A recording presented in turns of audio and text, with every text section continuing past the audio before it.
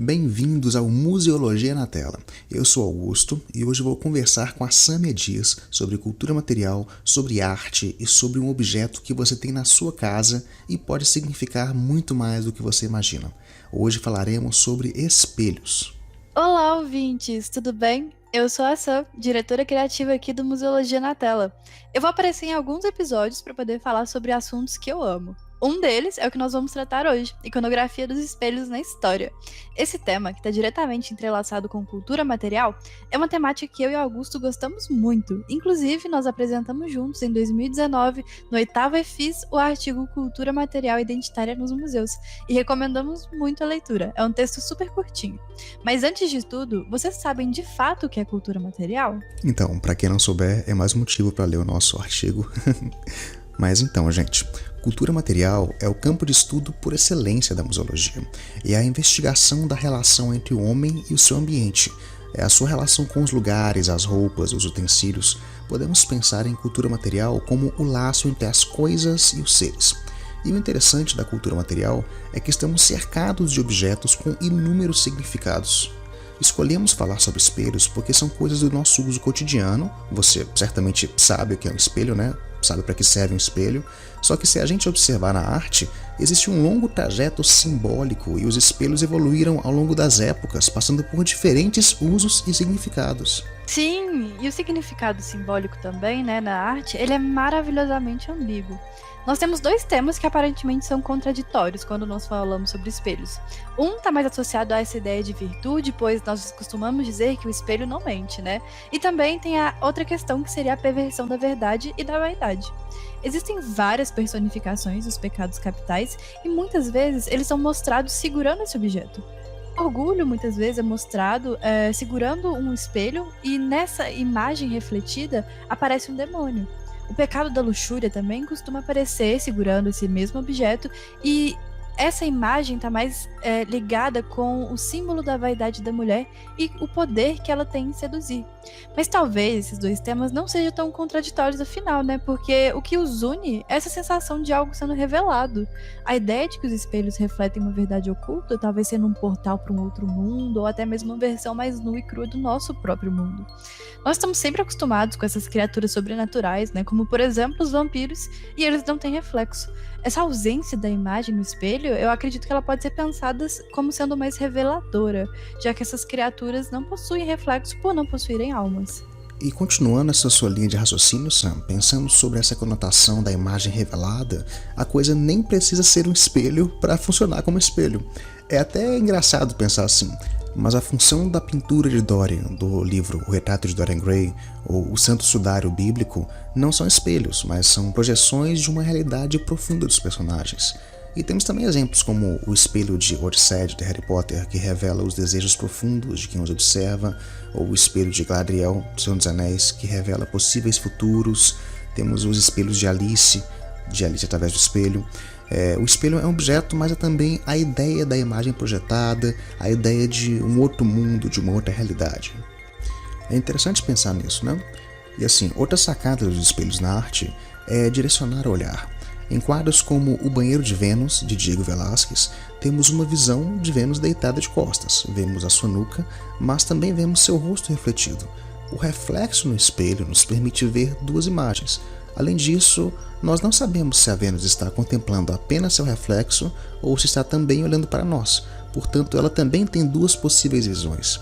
Esse tipo de jogo visual foi muito explorado pelos artistas renascentistas, misturando perspectiva, ângulos, linhas de visão. E eu vou citar novamente o Velázquez, né? Vou citar o seu famoso quadro As Meninas, que nos bombardeia de informações apenas com as direções dos olhares. No lado esquerdo da pintura, temos um artista, o próprio Velázquez, pintando um casal que não conseguimos ver diretamente. Nós sabemos da sua presença por conta do reflexo no espelho atrás do pintor. Ao fundo da pintura temos um homem entrando, que também pode estar saindo da sala, e ele olha diretamente para nós. E em primeiro plano temos as meninas que dão nome ao quadro. Elas observam diferentes direções, colocando em dúvida qual que é o núcleo da pintura. É muita coisa acontecendo, mas nós só entendemos um pouco mais a cena porque temos no reflexo do espelho o casal que o Velázquez está pintando, então a gente consegue entender melhor o que se passa. E ouvindo você falar nesse quadro do Velázquez, me vem à cabeça um outro ótimo exemplo e uma das minhas pinturas preferidas, que é a do casal Arnolfini, que foi pintada em 1434 pelo Jan van Eyck. No século XV, o casamento era o único sacramento cristão que não requeria a presença de um padre, né? E por isso ele podia ser realizado em particular, na presença de algumas testemunhas.